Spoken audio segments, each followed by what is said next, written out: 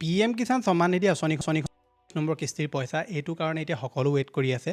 PM Kisan আঁচনিখনৰ 21 number কিস্তিৰ পইচাটো প্ৰথমে দেৱালীৰ আগতে দিয়াৰ কথা আছিলে, কিন্তু দেৱালীৰ আগত দিয়া নহ'ল। এতিয়া PM কিষাণৰ যিটো পইচা সেইটো বিহাৰ ইলেকশ্যনৰ আগত দিয়াৰ কথা আছে, অৰ্থাৎ 2 নৱেম্বৰৰ পৰা 5 নৱেম্বৰৰ ভিতৰত PM কিষাণৰ পইচা আপোনালোকে লাভ কৰিব বুলি বৰ্তমান নিউজসমূহত প্ৰকাশ পাইছে। অফিচিয়েল এতিয়ালৈকে ডেট কোনো ধৰণৰ মুকলি কৰা নাই চৰকাৰে। যেতিয়া মুকলি কৰিব মই আপোনালোকক ভিডিঅ' বনাই জনাই দিম। আপুনি যদি PM কিষাণৰ এজন হিতাধিকাৰী হয় তেনেহ'লে লেণ্ড চিডিং, বেংক আধাৰ লিংক আৰু KYC এইকেইটা আপুনি কমপ্লিট কৰি থওক, নহ'বা PM কিষাণৰ পইচা নাপায়।